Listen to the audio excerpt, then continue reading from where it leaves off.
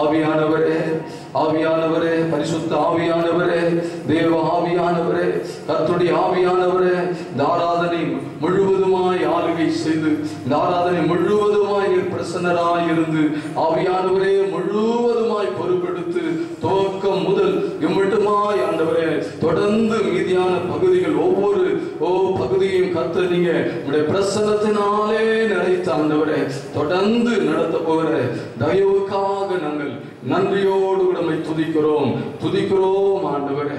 சோத்திரம் அப்பா. அடியானை மறைத்து நீர் பேசுவீராக.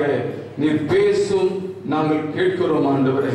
இயேசுவின் நாமத்தில் ஜெபிக்கிறோம் நல்ல பிதாவே, ஆமென். சோத்திரம்.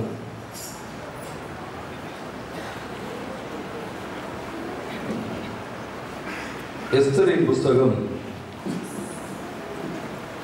8வது அதிகாரம்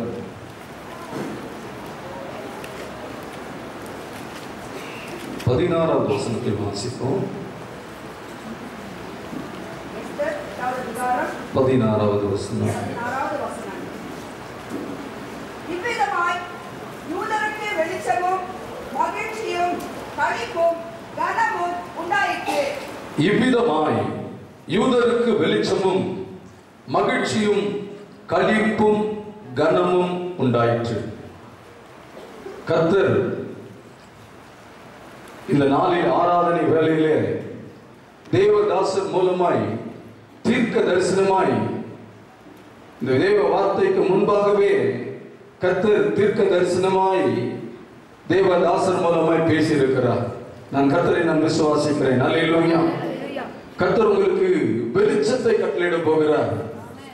துக்கத்தை மகிழ்ச்சியாக்க போகிறார். சஞ்சலத்தை சந்தோஷமாய் மாற்ற போகிறார். கர்த்தர் வாக்கு தத்துவத்தை கொடுக்கிறார். கர்த்தருக்கு மகிமை உண்டாகட்டும். வெளிச்சம் சோத்திரம் நாம் வாசிப்போமானால் சோத்திரம் மத்தேயு எழுதின சுவிசேஷம்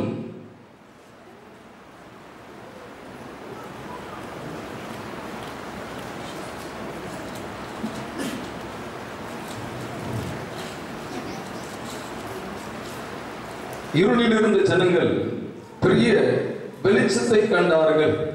இங்கே நாம் பார்க்கிறோம். அந்த வசனத்தை நாம் வாசிப்போமானால் சோத்திரம் இருளில் இருந்த ஜனங்கள், பாவ இருளிலே இருந்த ஜனங்கள். இருள் எதை குறிக்கிறது? பிசாசுக்கு அடையாளமாய் இருக்கிறது. இருள் பாவத்துக்கு அடையாளமாய் இருக்கிறது. இருளில் இருந்த இந்த ஜனங்கள் பெரிய வெளிச்சத்தை கண்டார்கள். வெளிச்சம் நம் ஆண்டவராகிய இயேசு கிறிஸ்துவாய் இருக்கிறபடினாலே அந்த வெளிச்சத்தின் பிள்ளைகளாய் நீங்களும் நானும் இருக்கிறோம். சோதரம் இருளிலே கிடக்கிற ஜனங்கள் பெரிய வெளிச்சத்தை கண்டது போல சோதரம் பலவீனம் என்கிற இருள், சோதரம் வியாதி என்கிற இருள், பாவம் என்கிற இருள், சாபம் என்கிற இருள், பிசாசு எந்த விதத்திலாயிலும் இருளை உங்கள் வாழ்க்கையில கொண்டு வந்திருந்தாலும், இருள் இருந்தாலும் அவைகளை வெளிச்சத்தின் தேவன் சோதர இருளை அகற்றி எல்லாவற்றிலும் உங்களுக்கு வெளிச்சத்தை கட்டளையிட போகிறார். அல்லேலூயா. வெளிச்சத்தை கட்டளையிட போகிறார். இருள் உங்களை விட்டு விலகும். இருளுக்கும் வெளிச்சத்துக்கும் சம்பந்தம் ஏது? சோதரம் இருளுக்கும் வெளிச்சத்துக்கும் நாம் இருளின் பிள்ளைகளாய் நாம் முன்பு இருந்தோம். ஆனால் இப்பொழுதோ யாருடைய பிள்ளைகளாய் இருக்கிறோம்? வெளிச்சத்தின் பிள்ளைகளாய் இருக்கிறோம். இருளுக்கும் நமக்கு என்ன இல்லை, சம்பந்தம் இல்லை. ஆனாலும் அந்த இருளானது எப்படியாயிலும் என்ன செய்யணும்? வெளிச்சத்தை விட்டு நம்ம இருளுக்குள்ளே வரணும், இருளுக்குள்ளே பிரவேசிக்கணும் என்று சொல்லி பிசாசானவன் என்ன செய்யறான்? எப்படியாயிலும் தந்திரமாய் சோதரம் தேவ பிள்ளைகளுக்கு விரோதமாய் கிரியை செய்கிறதை பார்க்கிறோம். ஆனாலும் தேவ ஆவியானவர் நமக்காக கிரியை செய்து இருளை நம்மை விட்டு விலக்குகிறார். அல்லேலூயா. இருளை நம்மை விட்டு விலக்குகிறார். எப்பொழுதெல்லாம் ஆண்டவருடைய சமூகத்தில் வருகிறோமோ அப்பொழுதெல்லாம் நம்முடைய சோதரம் பலவீனங்களை எல்லாம் ஆண்டவர் என்ன செய்கிறாரு? நீக்கி போடுகிறார். அவர் அந்த எஸ்தரின் புஸ்தகத்தை நாம் வாசிப்போமானால் 8:16 மறுபடியும் நாம் வாசிப்போமானால் 8:16 இவ்விதமாய் யூதருக்கு வெளிச்சம். சோதரம் தேவ ஜனங்கள் உபவாசித்து இந்த எஸ்தரின் சரித்திர புத்தகத்தை நன்கு நீங்கள் அறிந்திருப்பீர்கள். சோதரம் அவர்கள் எல்லாரும் உபவாசித்தார்கள். அருமையான திருச்சபையார், நீங்கள் தொடர்ந்து சோதர இந்த நாளிலும் கூட இந்த திருப்பந்திக்காக திருவிருந்துக்காக 3 நாள் உபவாசிக்கிறீர்கள். இதற்கு முன்பாக நான் முதலாய் வரும்பொழுது இந்த திருச்சபைக்கு நீங்கள் அப்பொழுது 40 நாள் உபவாசத்தை முடித்து அந்த நாளில் விசேஷித்த சோதர நாளாய் விசேஷித்த நாளை அந்த நாளை ஆசரித்து ஒரு பெரிய கொண்டாட்டத்தை ஏற்படுத்தினீர்கள். அல்லேலூயா. கர்த்தருக்கு மகிமை உண்டாகட்டும். சோதர இந்த சபை ஜெபிக்கிற சபை மாத்திரமல்ல, உபவாசிக்கிற சபையாய் இருக்கிறபடினாலே நான் கர்த்தருக்கு மகிமை செலுத்துகிறேன். அல்லேலூயா, அல்லேலூயா, அல்லேலூயா.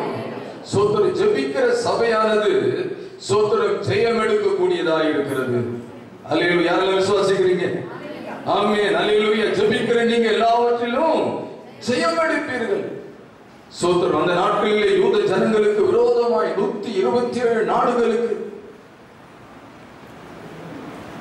இந்த யூத ஜனங்களை அழிக்கும்படியாக சட்டம் இயற்றப்பட்டு சோதர நகர்கள் அனுப்பப்பட்டது. ஆனாலும் அதை கண்டு பயப்படாதபடி சோதரம் யூத ஜனங்கள் எல்லாரும் உபவாசித்தார்கள். உபவாசித்து ஜெபித்தபடினாலே மரண இருள் அவர்களை விட்டு விலகினது. அல்லேலூயா. ஓ, காரியம் மாறுதலாய் முடிந்தது. சோதர சத்துருக்களுக்கு சரி கட்டப்பட்டது. அல்லேலூயா. உபவாசம் பண்ணும்போது ஓ, நமக்கு விரோதமாய் எழும்புகிற அந்த சத்துருக்களுக்கு தேவன் என்ன செய்வாரா? சரிக்கு சரி கட்டுவார். ஆமென். அவர் சோதரம் ஆபிரகாம் சொல்லும் பொழுது சோதரம் அவர் எப்படிப்பட்டவர்? சோதரம் அவர் நீதி உள்ளவர் என்று சொல்கிறார். கர்த்தருக்கு மகிமை உண்டாகட்டும். சர்வலோக நியாயாதிபதி என்று சொல்லுகிறார். தேவனை குறித்து ஆபிரகாம் சொல்லும் போது சர்வலோகத்துக்கும் நீங்களும் நானும் ஆராதிக்கிற, நீங்களும் நானும் விசுவாசிக்கிற, ஓ நீங்களும் நானும் அவரை நோக்கி பார்க்கிற நம்முடைய தேவன் சர்வலோகத்துக்கும் நியாயம் செய்கிறவர். அல்லேலூயா. உங்களுக்கு எனக்கும் நியாயம் செய்யாமல் இருப்பாரோ? நிச்சயமாய் நியாயம் செய்வார். நீதி அவர் என்ன பண்ணுவார்? சரி கட்டுகிறவராய் இருக்கிறார். நீதியை சரி கட்டினார். யூத ஜனங்களுக்கு காரியம் மாறுதலாய் முடிந்தது. சோதரம் அவர்கள் சத்துருக்கள் அழிக்கப்பட்டார்கள். இதன் நிமித்தமாக இந்த வேதத்தில் வசனம் சொல்லப்பட்டிருக்கிறது. அவர்களுக்கு வெளிச்சமும் மகிழ்ச்சியும் களிப்பும் கனமும் உண்டாயிற்று. சோதரம் வெளிச்சம் மாத்திரமல்ல, மகிழ்ச்சி. உங்களுக்கு சோதர துக்கத்திலே மகிழ்ச்சி. துக்கப்பட்டார்கள். இது யூத ஜனங்கள் எல்லாம் அழிவு வந்திருக்கிறது, அது நிமித்தமாய் மரணம் நேரிட போகிறது என்று சொல்லி துக்கப்பட்டார்கள். ஆனால் நம் தேவன் துக்கத்தை சந்தோஷமாய் மாற்றுகிறவர். அல்லேலூயா. அவர்களுக்கு துக்கம் மகிழ்ச்சியாய் மாறினது, சஞ்சலம் சந்தோஷமாய் மாறினது என்று வேதம் சொல்கிறது. ஓ, ஏசாயா அதற்கு முன்பாக லூக்கா எழுதின சுவிசேஷம் 24வது அதிகாரம் 17வது வசனத்தை வாசிப்போம். லூக்கா 24வது அதிகாரம் 17வது வசனம். அப்பொழுது அவர் அவர்களை நோக்கி, நீங்கள் துக்க முகமுள்ளவராய் வழி நடந்து ஒருவருக்கொருவர் சொல்லிக் கொள்கிற காரியங்கள் என்னவென்று கேட்டார். சோதரம், நீங்கள் துக்க முகமாய் இங்கே நாம் பார்க்கிறோம்.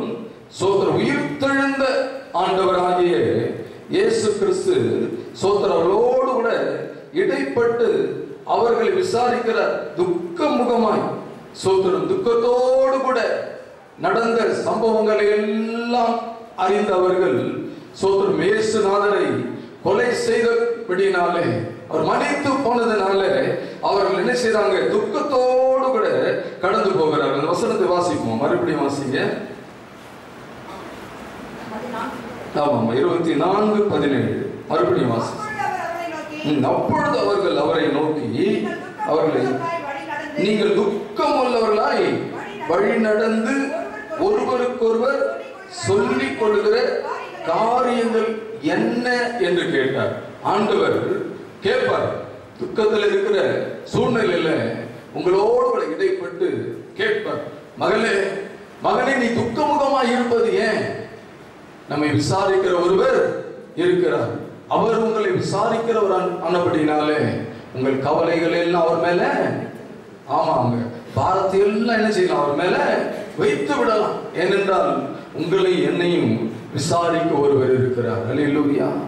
துக்கத்தோடு கூட போய் கொண்டிருந்த அவர்களோடு கூட இடைப்பட்ட ஆண்டவர் உயிர்த்தெழுந்த ஆண்டவராய் அவர்களுக்கு வெளிப்பட்டார். அவர்களுக்கு தரிசனமானார். ஆனாலும் அவருடைய கண்கள் திறக்கப்படாதபடினாலே அவரை என்ன செய்ய முடியல? உயிர்த்தெழுந்த ஆண்டவராக அவரை என்ன செய்ய முடியல? பார்க்க முடியல. சோதரர்களோடு கூட கடந்து நடந்து போகிறார். விசாரித்தவர் அவர்களோடு கூட நடந்து போகிறார். அவர்களை விட்டு சோதரம் தூர போவது போல போனாலும் அவர்கள் அவரை என்ன செய்யறாங்க? வருந்தி அழைத்தது நிமித்தமாய் அவர்களோடு அந்த இடத்துல இருந்து அந்த அப்பம் பிட்ட வேளையில அவருடைய கண்கள் திறக்கப்பட்டது. அல்லேலூயா. உயிரோடு கூட எழுந்த இரட்சகராகிய இயேசுவை அவருடைய கண்கள் தரிசித்தது. அல்லேலூயா, அல்லேலூயா. ஓ, நீங்களும் நானும் சேவிக்கிற விசுவாசிக்கிற இந்த ஆண்டவர் உயிரோடு கூட இருக்கிறார். துக்கத்திலே தன்னை வெளிப்படுத்தி நான் உயிரோடு கூட இருக்கிறேன் என்று சொல்லி தம்மை அவர் என்ன செய்வார்? நமக்கு வெளிப்படுத்தக்கூடியவராய் இருக்கிறார். கர்த்தருக்கு மகிமை உண்டாகட்டும். ரோமர்கள் நிருபம் சோத்திரம் 15வது அதிகாரம் 13வது வசனத்தை வாசிப்போம். ஆனால் பரிசுத்த ஆவியின் பலத்தினாலே உங்களுக்கு நம்பிக்கை பெருகும்படிக்கு நம்பிக்கையின் தேவன் விசுவாசத்தால் உண்டாகும் எல்லாவித சந்தோஷத்தினாலும் சமாதானத்தினாலும் உங்களை நிரப்புவாராக. பரிசுத்த ஆவியின் பலத்தினாலே உங்களுக்கு நம்பிக்கை பெருகும்படியாக. இந்த நம்பிக்கை எதனால நமக்கு வருகிறது? பரிசுத்த ஆவியுடைய பலத்தினாலே. பரிசுத்த ஆவியானவர் வரும்போது நீங்கள் பலன் அடைவீர்கள். அந்த தேவ பலன் பரிசுத்த ஆவியானவர் நம்ம மேல இறங்கும் பொழுது அந்த உன்னத பலன், அந்த தேவ பலன் நம்மை நிரப்புகிறது. நாம் தேவ பலத்தினாலே நிரம்புகிறவராய் மாறுகிறோம். அது மாத்திரமல்ல, பரிசுத்த ஆவியின் பலத்தினாலே உங்களுக்கு நம்பிக்கை பெருகும்படி. இந்த பரிசுத்த ஆவியினாலே பலன் மாத்திரமல்ல, அதனோடு கூட நமக்கு என்ன கொடுக்கிறார் கர்த்தர்?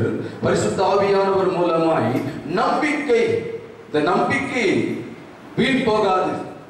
நம்பிக்கை வீண் போகாது. முடிவு எல்லாவற்றுக்கும் உண்டு. ஆரம்பம் சொன்னா நிச்சயமா ஒரு முடிவு நிச்சயமா இருக்கும். சோதரம் இங்கே சொல்லப்பட்டிருக்கிறது, உங்களுக்கு நம்பிக்கை பெருகும்படி. நம்பிக்கையின் தேவன். நம் தேவன் எப்படிப்பட்டவர்?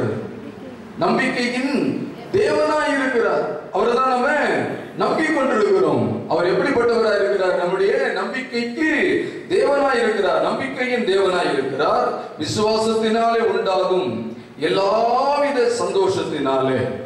இந்த சந்தோஷம் எப்படி வருதான்? விசுவாசத்தின் மூலமாக வருகிறது. விசுவாசத்தின் நான் உண்டாகும் எல்லாவித சந்தோஷத்தினாலும் சமாதானத்தினாலும் உங்களை நிரப்புவாராக. எல்லா விதத்திலும் நீங்க என்ன பண்ணுவீங்க? சந்தோஷத்தினாலும் சமாதானத்தினாலும் நிரப்பப்படுவீங்க இந்த மாதம் முழுவதும். அல்லேலூயா. நான் கர்த்தரை விசுவாசிக்கிறேன். அல்லேலூயா. எல்லா விதத்திலும் சகல விதத்திலும் உங்களை கர்த்தர் சந்தோஷமா வைக்க போகிறார். அல்லேலூயா, அல்லேலூயா. எதை குறித்து நீங்க என்ன பண்ண மாட்டீங்க? துக்கப்பட மாட்டீங்க. எதை குறித்தும் சஞ்சலப்பட மாட்டீங்க. ஏன்னா நம்பிக்கையின் தேவன் ஒருவர் நமக்கு இருக்கிறார். அல்லேலூயா. நம்பிக்கையின் தேவன் நம்மை வெட்கப்படுத்தவே மாட்டார். அல்லேலூயா. நம்ம நம்பிக்கை வீண் போகவே போகாது. கர்த்தருக்கு மகிமை உண்டாகட்டும். அது மாத்திரமல்ல, கர்த்தருடைய நாம மகிமைப்படுவதாக. ரோமர்கள் நிருபத்தில் நம்ம வாசிக்கிறபடியே சூத்திரம் 8:26 வாசிப்போம். ரோமர் 8வது அதிகாரம் 26வது வசனம். அந்தபடியே ஆவியானவரும் நமது பலவீனங்களை நமக்கு உதவி செய்கிறார். நாம் ஏற்றபடி வேண்டிக் கொள்ள வேண்டியது இன்னதென்று அறியாமல் இருக்கிறபடியால் ஆவியானவர் தாமே ஆவியானவராக பெருமூச்சோடு நமக்காக வேண்டுதல் செய்கிறார். ஆமென். அந்தபடியே ஆவியானவரும் பரிசுத்த ஆவியானவர் நமது பலவீனங்களில் நமக்கு உதவி செய்கிறார். நாம் பலவீனமானவர்கள்.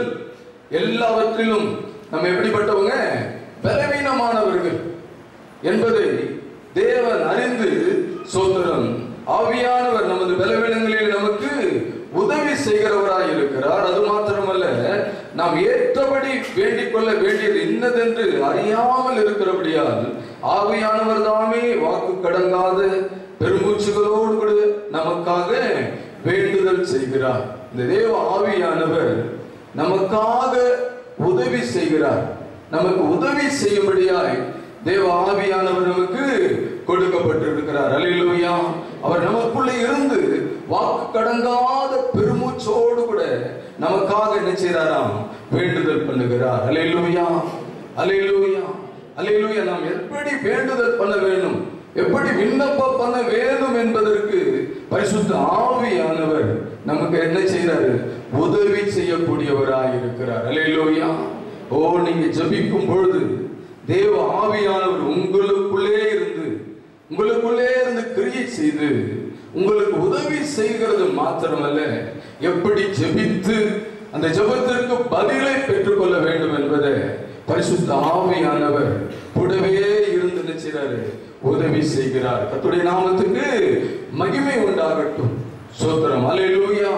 இந்த யூத ஜனங்கள் உபவாசித்து ஜெபித்தபடினாலே ஸ்தோத்திரம், அவர்கள் அந்த தேசத்திலே ஜெயம் எடுத்தார்கள். அல்லேலூயா. ஓ, கர்த்தருக்கு மகிமை உண்டாகட்டும். ஜெபிக்கிற எங்கள் தேவ பிள்ளையே, அருமையான தேவ பிள்ளையே, ஜெபிக்கிற உனக்கு ஸ்தோத்திரம், எல்லாவற்றிலும் கர்த்தர் விடுதலை மாத்திரமல்ல ஜெயமும் கொடுக்க வல்லவராய் இருக்கிறார். கர்த்தருடைய நாமத்துக்கு மகிமை உண்டாகட்டும். கர்த்தர் நல்லவர், அவருடைய கிருபை என்றும் உள்ளது. ஆமென். அல்லேலூயா. கண்களை மூடி நம்ம கர்த்தருடைய சமூகத்தில் நம்ம ஒப்பு கொடுப்போம். சோதரம் சோதரன் கர்த்தர் நமக்கு சோதரம் பெரிய காரியத்தை செய்ய போகிறார். அல்லேலூயா. அப்படியே கண்களை மூடுவோமா? கண்களை மூடி ஒப்பு கொடுங்க. கர்த்தருடைய சமூகத்தில் ஒப்பு கொடுங்க. ஆண்டவரே சோதரம். அல்லேலூயா, அல்லேலூயா, அல்லேலூயா, அல்லேலூயா. சோதரம் சோதரம் சோதரம் சோதரம் சோதரம் சோதரம் சோதரம் சோதரம் சோதரம் சோதரம் சோதரம். ஆண்டவரே ஹல்லேலூயா, ஹல்லேலூயா, ஹல்லேலூயா. மகா கிருபையும் இரக்கம் நிறைந்த எங்கள் அன்பின் பரலோக பிதாவே, இயேசுவின் நாமத்தினாலுடைய சமூகத்தில் வருகிறோம். ஆண்டவரே சோத்திரம் அப்பா. 3 நாள் உபவாசம் தொடர்ந்து ஆண்டவரே, ஓ திருவிருந்துக்கு ஆயத்தம் ஆண்டவரே, எப்படியாய் ஆண்டவரே சோத்திரம் அப்பா. ஓ ஜெப ஆண்டவரே சோத்திரம் அப்பா. ஜெபிக்கிறோம்டைய ஓ பிள்ளைகளுக்காக மக்கள் நன்றி சொல்லுகிற ஆண்டவரே, ஜெப ஆவியை நீங்க இந்த திருச்சபையில ஊற்றி இருப்பதற்காக நமக்கு சோத்திரம் சோத்திரம் சோத்திரம். ஜெபிக்கிற தேவதாசனுக்காக நாங்கள் நன்றியோடு கூட சோத்தரிக்கிறோம் ஆண்டவரே. அவர் ஜெபிக்கிறபடினாலே ஆண்டவரே தன்னுடைய திருச்சபை ஆண்டவரே ஓ ஜெபிக்கிறவர்களாய் ஆண்டவரே சோத்திரம் அப்பா மாற்றி இருக்கிறதற்காக நன்றியோடு துதிக்கிறோம் ஆண்டவரே.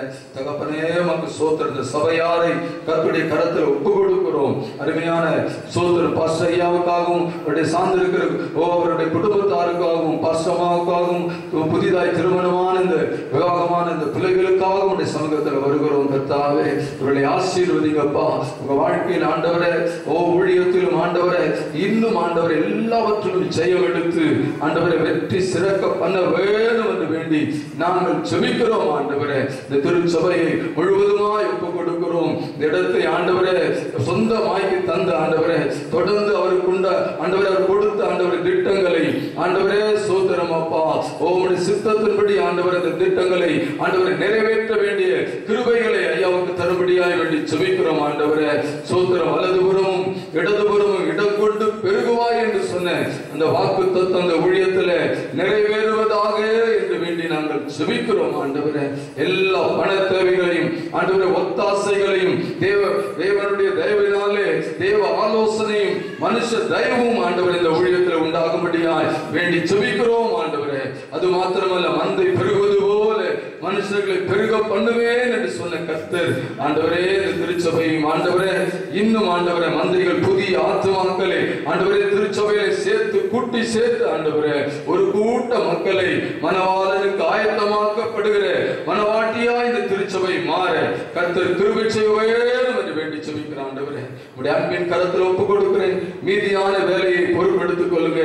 ஆசீர்வாதமாக்கி தாங்க. இயேசுவின் நாமத்தில் ஜெபிக்கிறோம் நல்ல பிதாவே. ஆமென்.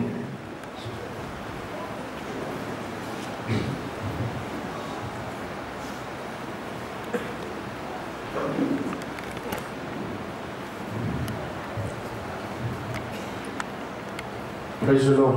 And for the second message, I call Dr. Ravi Daniel to lead us.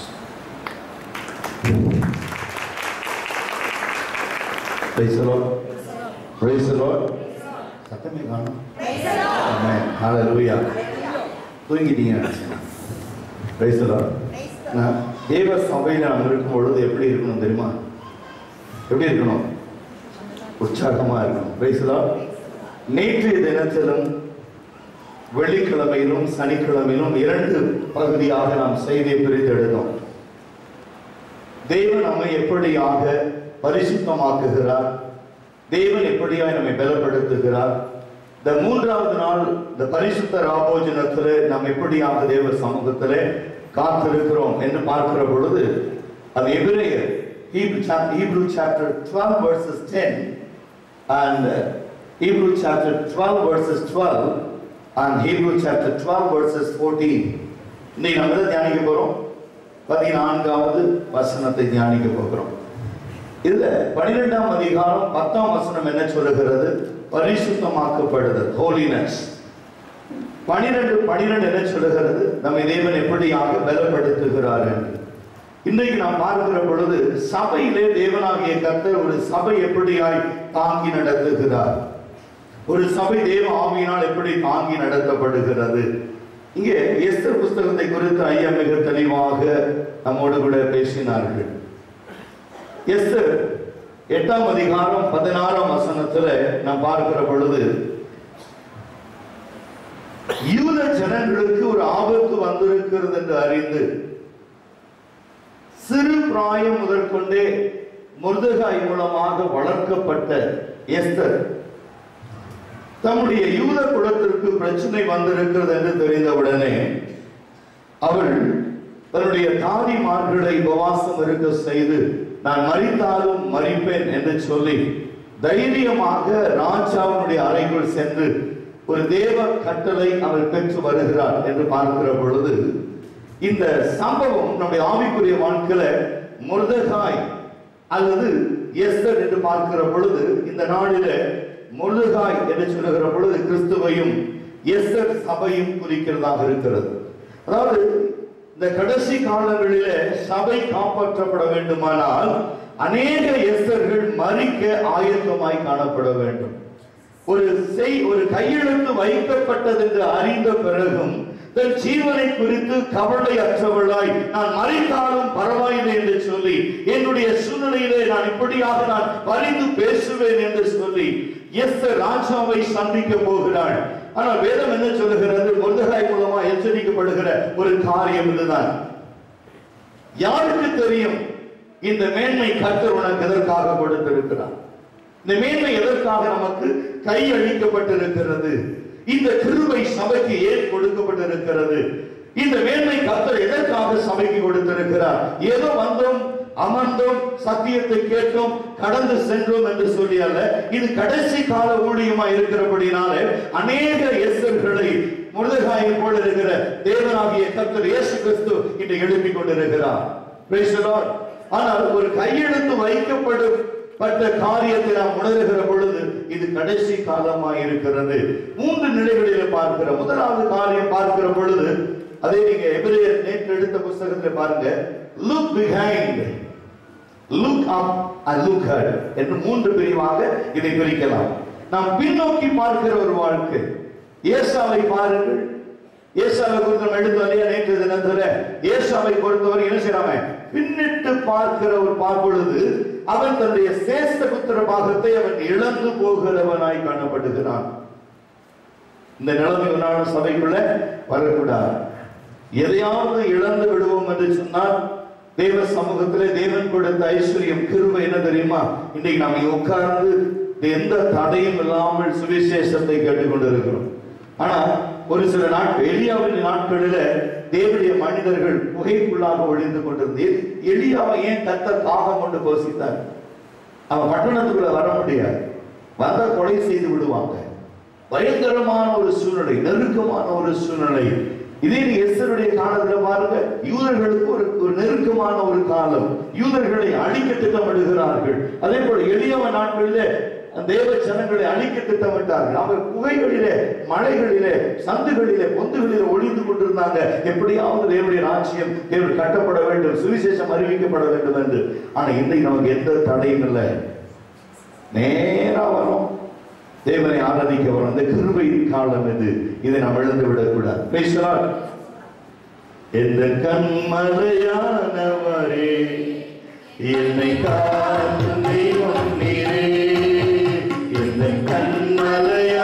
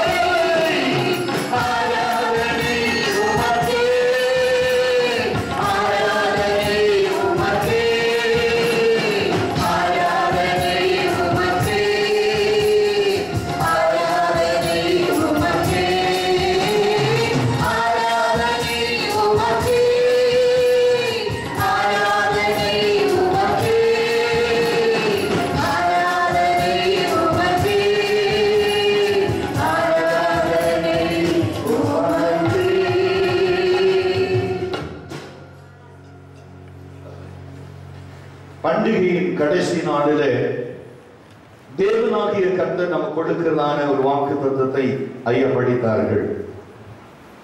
நான் 15 நான் உங்களுக்கு அதை சொல்லிக் கொடுக்க ஆசைப்படுகிறேன்.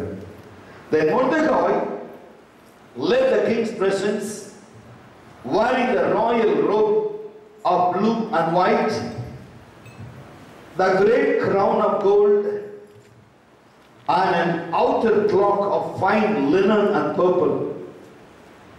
And the people of Susa celebrated the new decree. The Jews were filled with the joy and gladness and were honored everywhere, in every province and city. Wherever the king's decree arrived, the Jews rejoiced and had a great celebration and declared a public festival and holiday, and many of the people of the land became Jewish themselves, for they feared what the Jews might do to them. ஜனங்கள் பயந்து யூதர்களாய் மாறி போனார்கள். இது ஒரு சந்தோஷம் என்று சொல்லுகிற பொழுது அது எனக்கும் சபைக்கு மாத்திரமல்ல, இந்த நாள் கிறிஸ்தவர்களுக்கு மாத்திரமல்ல, இந்த என்டையர் ரிலிஜன் மொத்த சமுதாயமும் கனி கூறும்படியாய் தேவனாகிய கர்த்தர் இந்த நாளை பண்டிகையாய் ஆசரிக்க சொல்லுகிறார். காரணம் என்ன தெரியுமா? இத்தனை காலம் கிறிஸ்தவர்களுக்கு விரோதமாய் எழும்பி நடப்பித்த எல்லா கிரியைகளையும் என் தேவனாகிய கர்த்தர் இன்றைக்கு அவருடைய காலின் கீழ் போட்டு நசுக்கி இன்றைக்கு கிறிஸ்தவர்களுக்கு ஒரு வெற்றியை அறிவிக்கும்படியாய் என் தேவன் தம்முடைய அபிஷேகத்தை இன்றைக்கு சபையின் மேல் ஊற்றிக் கொண்டிருக்கிறார். ஹல்லேலூயா! நீ நினைக்க வேண்டிய ஒரே ஒரு காரியம், இந்த நாள் வெறும் ஒரு பண்டிகையாய் மாத்திரமல்ல, என் தேவன் எனக்கு வெற்றியை கொடுத்த ஒரு நாள், நான் ஜெயத்தை பெற்றுக் கொண்ட ஒரு நாள், அபிஷேகத்திலும் தேவ வல்லமையிலும் தேவ வழி நடத்துதலும் நான் எழுந்து பிரகாசிக்கிற ஒரு நாள். ஹல்லேலூயா! This is what the God declared. யோசித்து பாருங்க,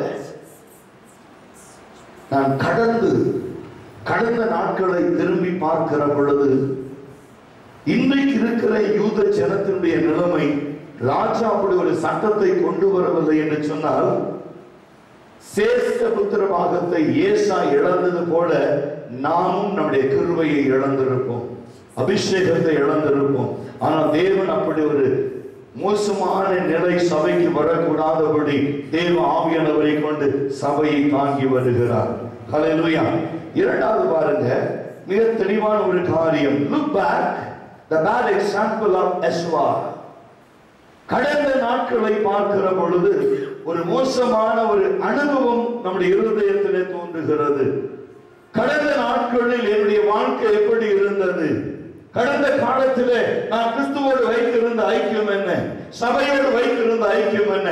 எந்த நிலைமையில் நான் கடந்த காலத்தில் நான் வாழ்ந்து கொண்டு வந்தேன்? ரட்சிக்கப்பட்டும் கிறிஸ்தவர்களாய் இருந்தும் ஞானஸ்நானம் பெற்றும் ஒரு சபைக்கு நாம் ஒரு அடையாளமாய் ஒரு முன்மாதிரியாய் தேவன் விரும்புகிறபடி ஆவியானவர் நடத்துகிறபடி இன்றைக்கு சபை எழும்பாதபடியினாலே இன்றைக்கும் ஆவிக்கேற்ற துக்கம் ஆவியானவருக்கு இன்றைக்கும் சபையின் மேல் உண்டு. சபை என்பது நேரத்தை கழித்து கொண்டு போகிற இடம் அல்ல, கர்த்தருக்குரிய சாட்சியாய் நிற்கிற ஒரு காலம். We have to be witness for God in the last days. சபையை கனப்படுத்த தெரியாத வாழ்க்கை ஒரு ஆசீர்வாதத்தை பார்க்கவே முடியாது. எழுதிக் கொள்ளுங்கள். Those who not respect the church, they cannot receive the blessing of Holy Spirit. பரிசுத்த ஆவியினுடைய அனுகூலமான நன்மையை பெற முடியாது. Those who respect the church, ஆதி சபைகள் சபையை ஜனங்கள் கனப்படுத்தினார்கள். இரவும் பகலும் சபையில ஜனங்கள் விழுந்து கிடந்தாங்க. ஆனா இன்றைக்கு நாம் சபை எப்படி மதிக்கிறோம்? Today how we respect the church is today we are not respecting the church.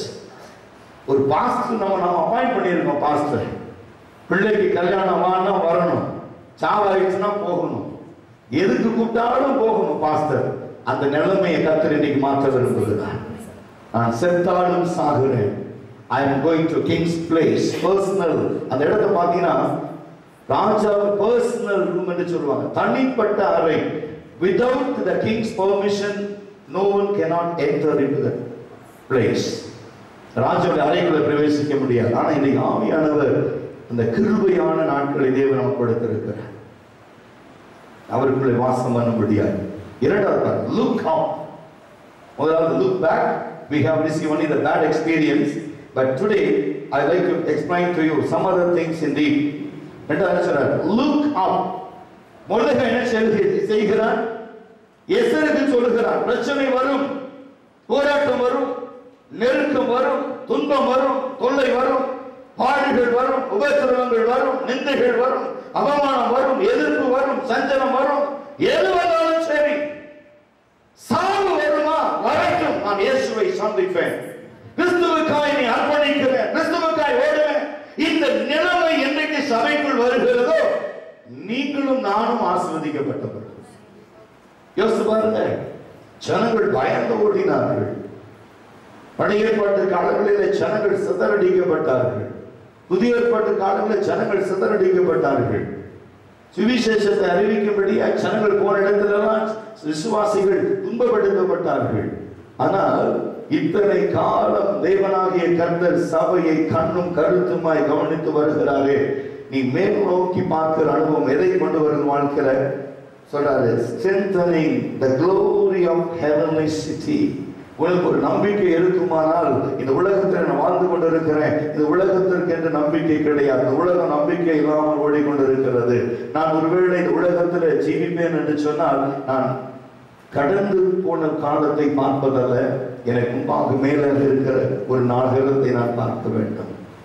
God's grace and the communion, because we have looked the glory of heavenly city. எடுத்து வாசி பாருங்க, ரொம்ப தெளிவாய் சொல்லப்படுகிற ஒரு காரியம். 18 முதல் 24 வரைக்கும் நீங்க எபிரேயர்ல இருக்குது, வேற எங்கேயும் இல்லை. நீ ஒருவேளை நேற்று முந்தின நாளும் வேதத்தை தியானித்திருப்பீர்களானால் இந்த வசனம் சொல்லுகிற வசனங்கள் எல்லாம் அதுக்குள்ளதான். முதலாவது என்ன சொல்லுகிறார்? Look back, the bad example of Esau. 15 முதல் 17 வரைக்கும் அது நான் எளிதில் நீங்க தேடாதபடி நீங்களா பார்த்துக்கும்படி நான் சொல்லிக் கொடுக்குறேன். ஓகே, எபிரேயர் 12ஆம் அதிகாரம் 15 தொடங்கி 17 வரைக்கும் நீங்க பார்த்தீங்கன்னா திரும்பி பார்க்கும் பொழுது ஒரு மோசமான ஒரு அனுபவத்தை நாம் பெற்றுக் கொள்ளுகிறோம். வாசிங்க, 15ஆம் வசனத்தை வாசிங்க. தேவனுடைய கிருபையை இழந்து போகாத படிக்கும் யாதொரு கசப்பான வேர் எழும்பாமலும்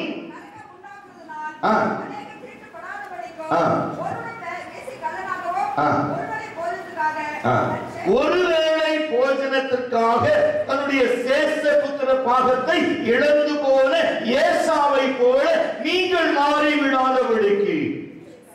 Praise the Lord. For your small benefits, for the small benefit, ஒருவேளை போஜனம் என்று சொல்லப்படுகிறது. ஒருவேளை ஆகாரத்திற்காக தன்னுடைய சேஷ புத்திர பாகத்தை இழந்து போன ஏசாவை போல நீங்கள் அப்படி இருக்கக்கூடாது என்று சொல்லுகிறார். Praise the Lord. பாருங்க, கிறிஸ்துவை நாம் எப்படி இன்றைக்கு நாம் முன்வைத்திருக்கிறோம் வாழ்க்கையில், ஆவிக்குரிய வாழ்க்கையில கிறிஸ்துவுடைய வாழ்க்கையில எங்கே இருக்கிறார்? புறஜாதிகள் மத்தியிலே கிறிஸ்துவை பற்றி சொல்லப்படுகிற சாட்சிகள் எங்கே காணப்படுகிறது? இவைகளை தான் திரும்ப திரும்ப ஆராய்ந்து பார்க்கிறோம். ஒருவேளை நாம் திரும்பி பார்ப்போமானால் இந்த கசப்பான அனுபவங்கள் நமக்குள்ளே வரவே கூடாது. எச்சரிக்கையா இருக்கும்படி தேவன் சொல்லுகிறார். இரண்டாவது, look up, the glory of heavenly city. 18வது வசனத்தை வாசி. அன்றியும் பற்றி எரிகிறதுமான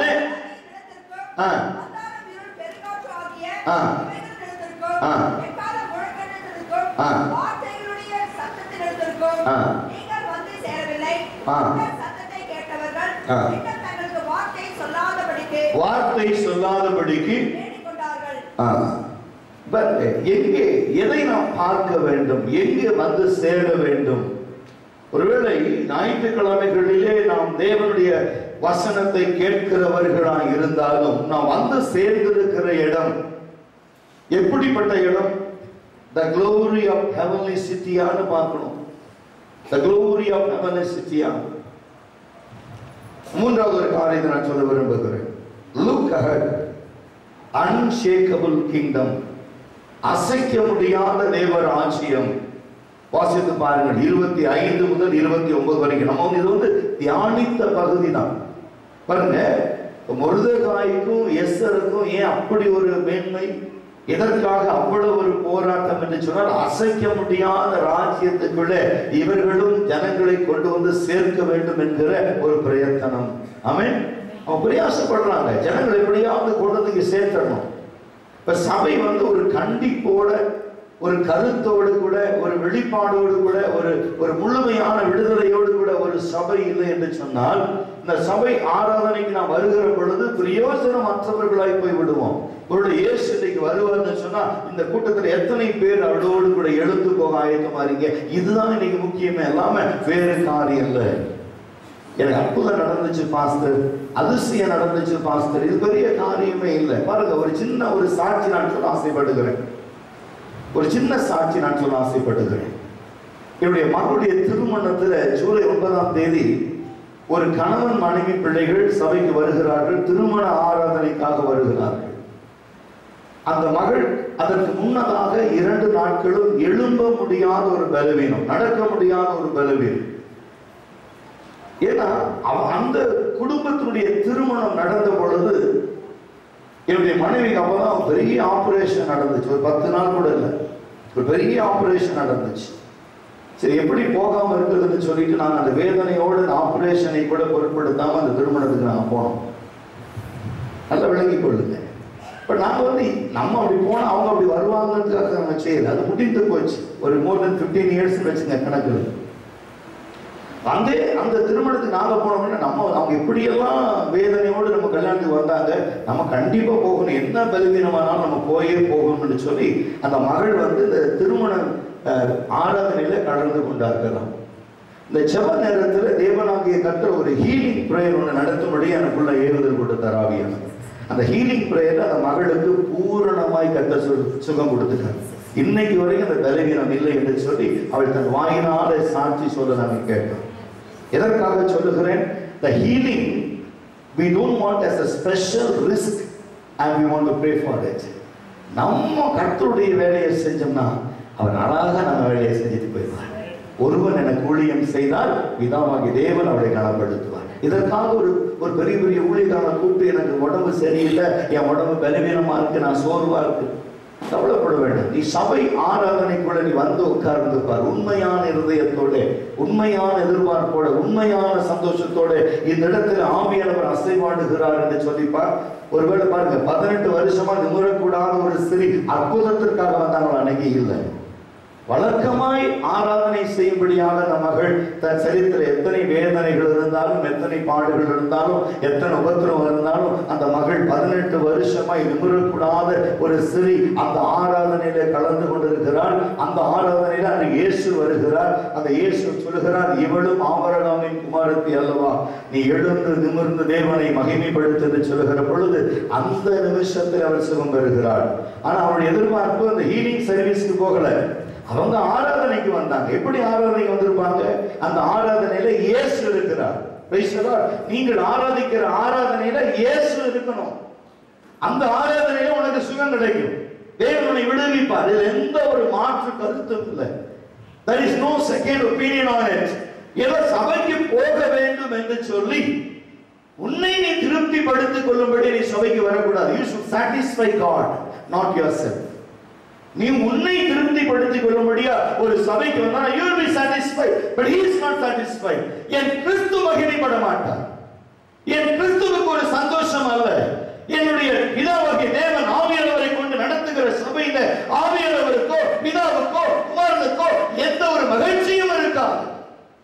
நான் வருவேன், வார்த்தை எனக்கு பிடிக்குமானால், சத்தியம் எனக்கு சாதகமாக இருக்குமானால், சந்தோஷமாய் கை தட்டி தலையாட்டி நான் வீட்டுக்கு கடந்து போவேன். ஒருவேளை போதகர் எச்சரிப்பை கொடுப்பாரானால், கண்டித்து உணர்த்துவாரானால், போதகர் மேல வருத்தம் அடைந்து நம்ம போவோம். இது டிபெண்ட்ஸ் அப்பான் யுவர் எக்ஸ்பெக்டேஷன். ஆனா சபை என்று சொல்லுகிற பொழுது உன்னை பிரியப்படுத்திக் கொள்வதற்காக, உன் குடும்பத்தை பிரியப்படுத்துவதால நீ கிறிஸ்துவை பிரியப்படுத்தணும், ஆவியானவரை பிரியப்படுத்தணும். அதுதான் சபை ஆராதனை. Praise the Lord. யோசிச்சு பாருங்க, இந்த 18 வருஷமாய் நிமிரக்கூடாத ஒரு ஸ்திரீ அவள் தேவனை மகிமைப்படுத்தும்படியாய் சபைக்கு வருகிறாள். தன்னை திருப்திப்படுத்திக் கொள்வதற்கு அல்ல. பக்கத்து வீட்டுக்காரங்க இன்னைக்கு பெரிய ஒரு ட்ரெண்ட் என்ன தெரியுமா? ஒரு அம்மா சொன்னாங்க, தவறாம சபைக்கு வந்துருக்கீங்களே, ரொம்ப சந்தோஷமா இருக்கு உங்களை பார்க்கும்போது அப்படின்னு கேட்டாங்க. அம்மா சொல்றாங்க, நீங்க வேற பக்கத்து வீட்டு அம்மா விட மாட்டேங்குது. ஏன் சிஸ்டர் சபைக்கு போகலையான்னு கேட்டுதான் அம்மா பக்கத்துல. வெக்கமா இருக்கு, அதனால கிளம்பி வந்துட்டாங்க. ஆள் வச்சிருக்காங்க. சபைக்கு ஒரு வாரம் போகலைன்னா பக்கத்து வீட்டுக்கார அம்மா கேட்கிறாங்க, ஏங்க போலியா நீ சபைக்கு? இதுக்கு மேல என்ன வேணும் உங்களுக்கு? பக்கத்து வீட்டுக்காரங்க கேட்கறாங்க, ஏங்க சபைக்கு போல, ஆராதனைக்கு போலியா?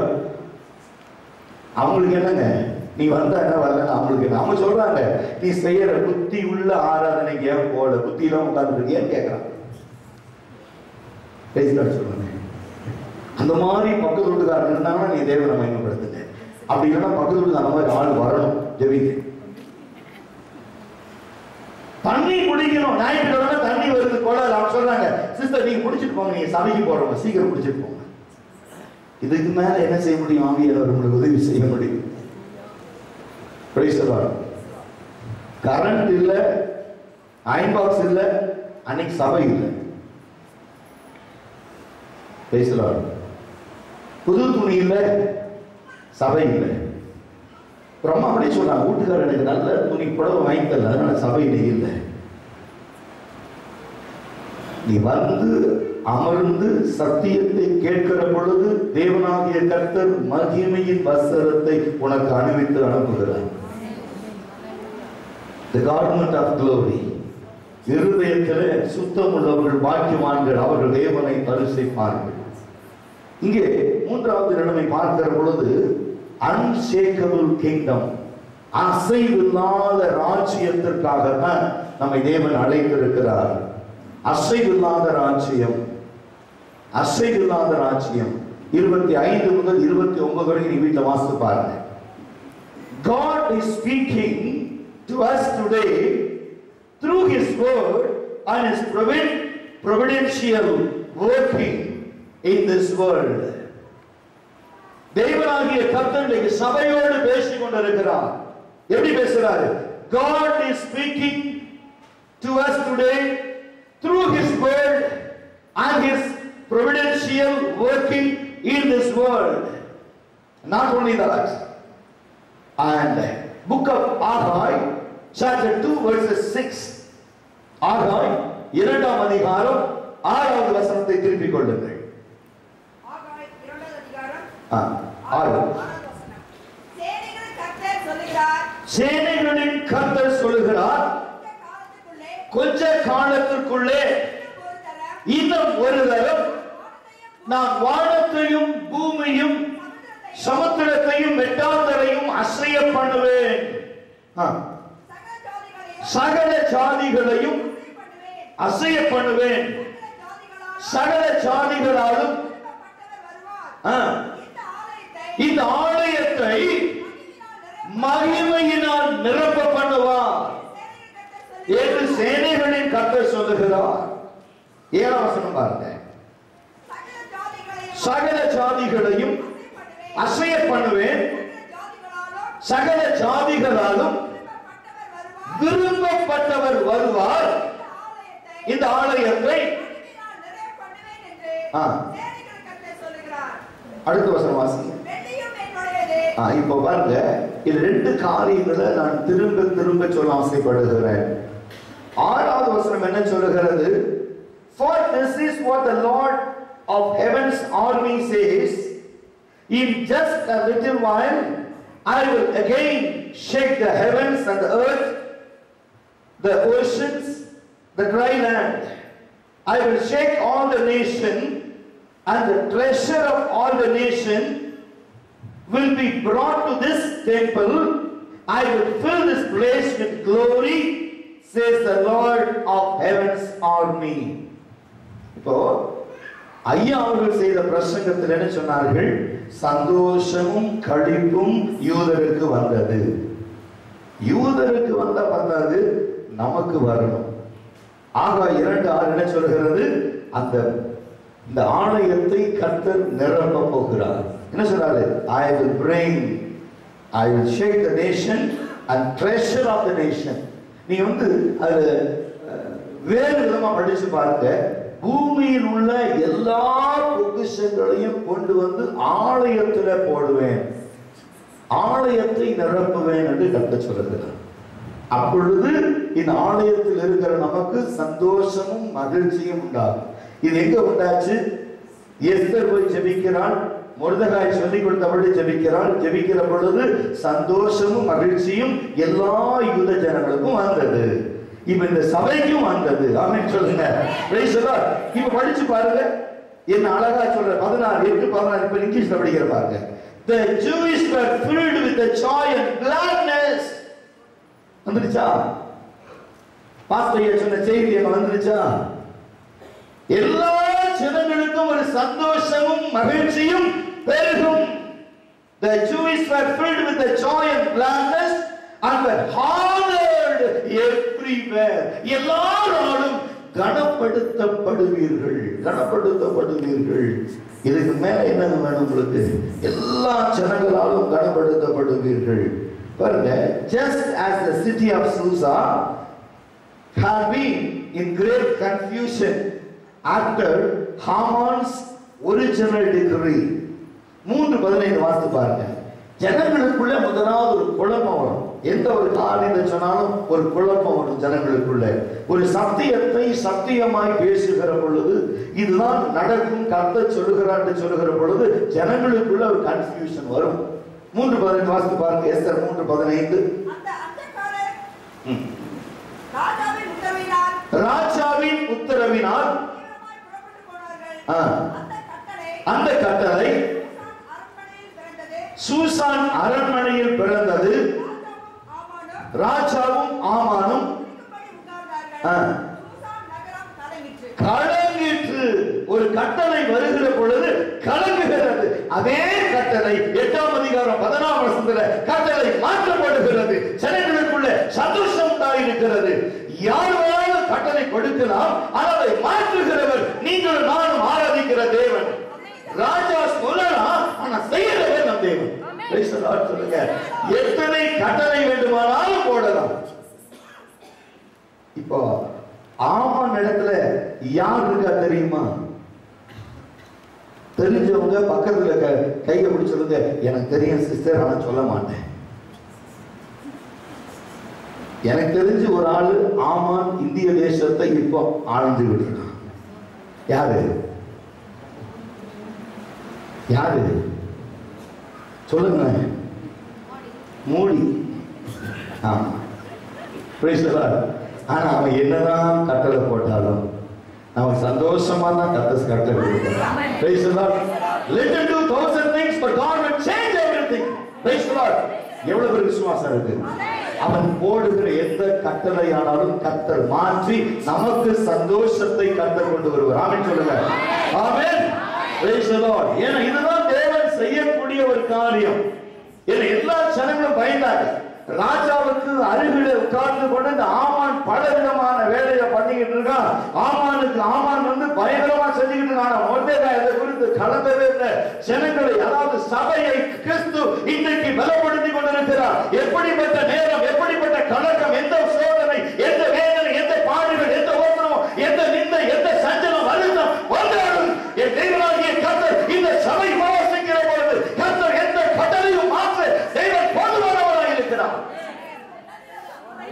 ஹalleluya, ஹalleluya. ஆனா ஒண்ணு மாத்திரம் நிச்சயம், சந்தோஷத்தையும் களிப்பையும் கர்த்தர் நமக்கு கொடுத்துட்டார். ஆமென். praise the Lord. பாருங்க, என்ன காரியம் என்று நான் சொல்லிக் கொடுக்க விரும்புகிறேன்.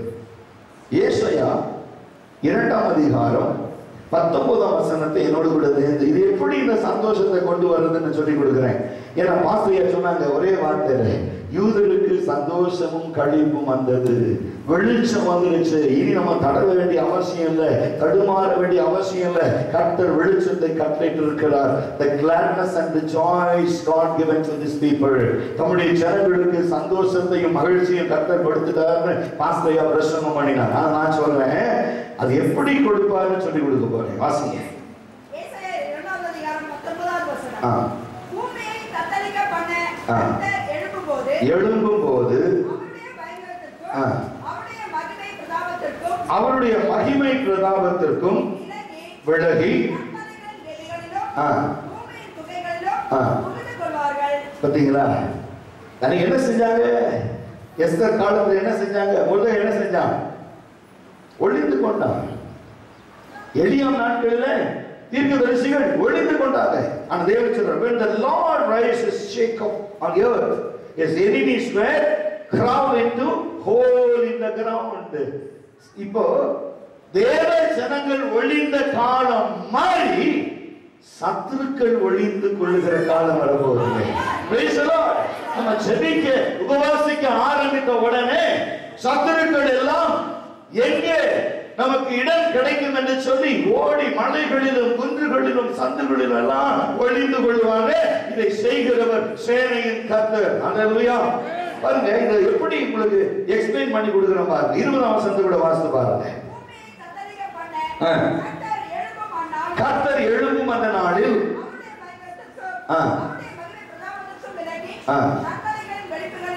கண்மலை வெடிப்புகளிலும் புகுந்து கொள்ளும்படிக்கு மனுஷன் பணிந்து கொள்ள அவன் எதை செய்து ஜனங்கள் வணங்க வேண்டும் என்று கட்டாயப்படுத்தி கொண்டிருந்தானோ அதை எல்லாம் தேவன் இப்பொழுது தலைகளாய் மாற்ற போகிறார். ஹல்லேலூயா, ஹல்லேலூயா. எல்லாம் தலைகளாய் மாற போகிறது. எல்லாம் தலைகளாய் மாற போகுது பாருங்க. இப்போ ஏசாயா 30 என்னோடு கூட சேர்த்து திருப்பிக் கொள்ளுங்க. 30ஆம் அதிகாரம் 28 திருப்பிக் கொள்ளுங்க.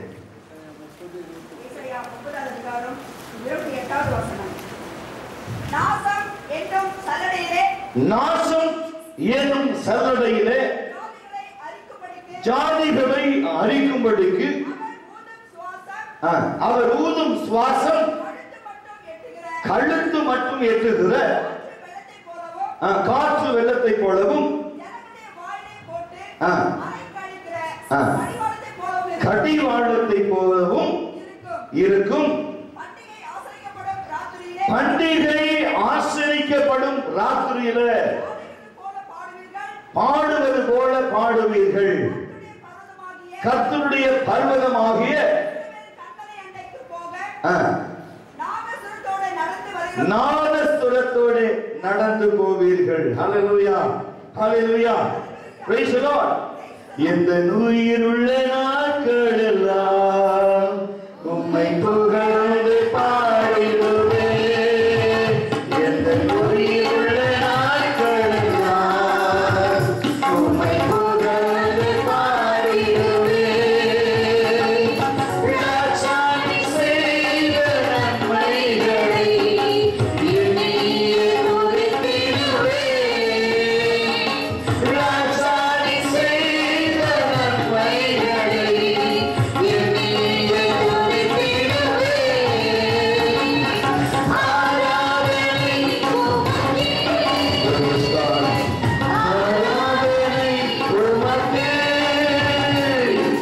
ஆராதனை உமக்கே, ஆராதனை உமக்கே,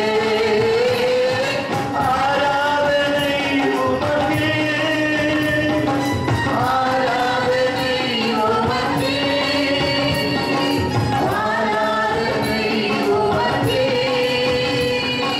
ஆராதனை உமக்கே,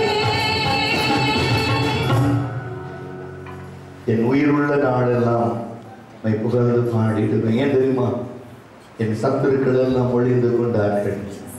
நான் வெளியரங்கமாய் கர்த்தருக்காக எழும்பும்படியாய், கர்த்தருக்காக எழும்பி நிற்கும்படியாய் கர்த்தர் இன்றைக்கு என் சத்துருக்களை மடங்கடி அவர்கள் என்னை பார்த்த உடனே பயந்து ஓடும்படியாய் கர்த்தர் இந்த காலவெளியில ஒரு அனுகூலமான நன்மையை கர்த்தர் எங்களுக்கு கட்டளையிட்டிருக்கிறார். அல்லேலூயா. பாருங்க, his hot breath pours out like a float up to the neck of his enemies. He will sift out the proud nations for destruction. He will bridle them and lead them away to ruin. Like a float up to the neck, Assyria's destruction would be as devastating as their invasion of யூதேயா. இந்த ஜனங்கள் ஏன் இப்படி விரட்டி அடிக்கப்படுகிறார்கள் என்று சொல்லுகிற பொழுது வேதம் சொல்லுகிறது, உங்களை தொடுகிறவன் என் கண்மணியை தொடுகிறான். எதற்காக இந்த கட்டளை, எதற்காக தேவன் செய்கிறார் என்று பார்க்கிற பொழுது இன்னும் கொஞ்சம் உங்களுக்கு ஆழமாய் சொல்லிக் கொடுக்க விரும்புகிறேன். யாத்திராகமம் 14ஆம் அதிகாரம் 31ஆம் வசனத்தை என்னோடு கூட சேர்ந்து திருப்பிக் கொள்ளுங்கள். யாத்திராகமம் 14:31. கர்த்தர் அந்த மகத்தான கிரியையை இஸ்ரவேலர் கண்டார்கள். எகிப்தியருக்கு தேவன் செய்ததை யார் கண்டார்? இஸ்ரவேல் ஜனங்கள் கண்டார்கள். அப்பொழுது ஜனங்கள் கர்த்தருக்கு பயந்து மோசேயினிடத்திலும் விசுவாசம் வைத்தார்கள். பேசுறாரு, சொல்லுங்க.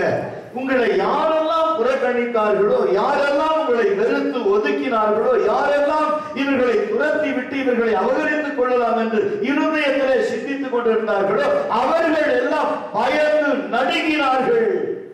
உங்கள் மேல என்ன வச்சாங்க? உங்க மேல என்ன செஞ்சாங்க? உங்களை பார்த்த உடனே விசுவாசம் வைத்தாங்க. இந்த ஜனங்கள் ஏறெடுக்கிற ஜெபத்தை கர்த்தர் கேட்பார். இந்த ஜனங்கள் பேசுகிற சத்தத்தை தேவன் கேட்பார். இந்த ஜனத்துடைய கண்ணீரை கர்த்தர் துடைப்பார்.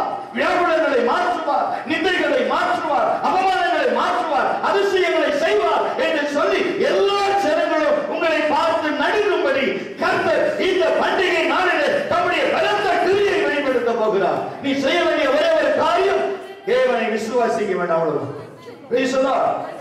நான் ஆராதிக்கிற தேவன் என்னை தப்புவிப்பார். Praise the Lord. Whom I worship, He is the living God even today. இன்றைக்கும் நான் ஆராதிக்கிற தேவன் என்னை தப்புவிப்பார். எவ்வளவு பேருக்கு நம்பிக்கை இருக்கு? எவ்வளவு பேருக்கு நம்பிக்கை இருக்கு? நீங்க பாருங்க, ஒரு கிறிஸ்தவர்களாய் பிறப்பதோ, கிறிஸ்தவர்களாய் வளருவதோ, கிறிஸ்தவ வாழ்க்கை வாழுவதோ உன் சுதந்திரத்திற்கு அல்ல, உன் பிரியத்திற்கு அல்ல. தேவன் விரும்புகிற ஒரு வாழ்க்கை, ஏசப்பா விரும்புகிற வாழ்க்கை தான் கிறிஸ்தவ வாழ்க்கை. எனக்கு பிடிச்ச மாதிரி நான் வாழணும் அப்படின்னா அது கிறிஸ்தவ வாழ்க்கை அல்ல. மனசும் மாமிசமும் விரும்புகிறதை செய்கிறவன் தேவனால் புறக்கணிக்கப்படுகிறான். அவன் என்ன செஞ்சான்? முருதகைக்கு விரோதமாய் அவன் மனசுல ஒரு எரிச்சல் உண்டாயிருக்கிறது. இந்த மனுஷனை நாம் நிர்மூலம் செய்து விட்டோம் என்று சொன்னால் யூதர்கள் எல்லாம் அழிக்கப்படுவார்கள். There is none of them to support Jewish people. யூதர்களுக்கு எந்த இடத்திலும் பரிவோ, எந்த இடத்திலும் இருந்து சப்போர்ட்டோ ஆதரவோ வராது. ஆகையால் இவர்களை அழித்து விடுவோம் என்று சொல்லி ஆமான் இருதயத்திலே தீர்மானிக்கிறான். ஆனால் இவன் நினைத்த காரியம், மற்றவர்களுக்கு செய்ய நினைத்ததை தேவனாகிய கர்த்தர் இவனுக்கு வைக்கிறார். இதுதான் இன்னைக்கு தேவன் சொல்றாரு. நீ if you have the mind of good things to do others, but God will do the same for you. மற்றவர்கள் வாழ வழி விடுங்க, மற்றவர்கள் பெருக இடம் கொடுங்க, மற்றவர்களுக்காக செபிங்க, உபவாசிங்க.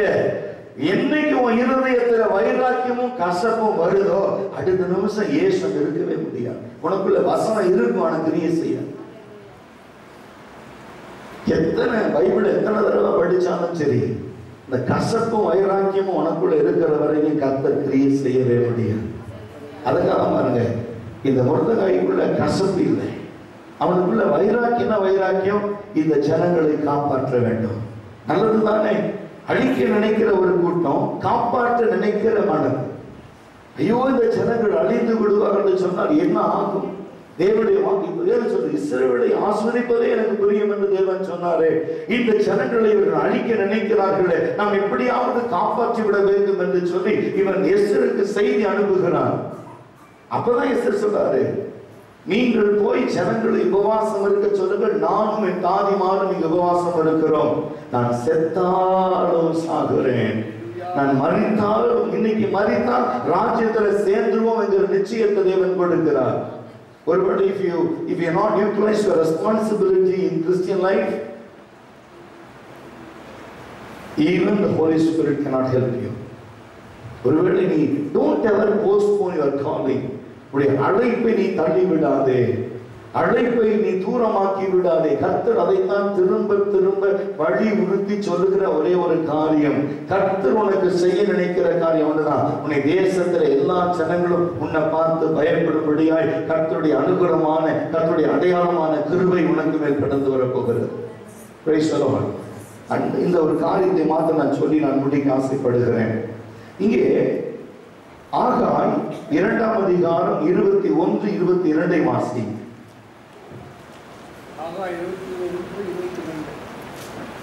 ஆகாய் 2ஆம் அதிகாரம் 21, 22 வாசி. நீ யூதாவின் தலைவனாகிய செருபாபேலோடு சொல்ல வேண்டியது என்னவென்றால், நான் வானத்தையும் பூமியும் அசைய பண்ணி ராஜ்யங்களையும் சிங்காசனங்களையும் கவிழ்த்து சாதிகளின் ராஜ்யத்தின் பலத்தை அழித்து கவிழ்த்து போடுவேன்.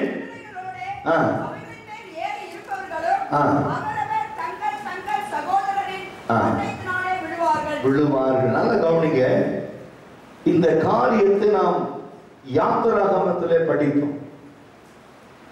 இஸ்ரவேல் ஜனங்கள் மோசேயுடைய கட்டளைப்படி அங்கு நடந்த எல்லா வாதைகளுக்கு பிறகு எகிப்தியர்கள் இஸ்ரவேல் ஜனங்களுக்கு சுதந்திரம் கொடுத்து எது வேண்டுமானாலும் எடுத்துக்கொண்டு போங்கள் என்று சொல்லி இஸ்ரவேல் ஜனங்களை போக அனுமதித்த பிறகு, ராஜா கட்டளை கொடுத்த பிறகு மோசே முன்பாக நடந்து போக, மிரியாம் தம்புரத்தை எடுத்து வாசித்துக் கொண்டு போக ஜனங்கள் எல்லாம் பின் செல்கிறார்கள்.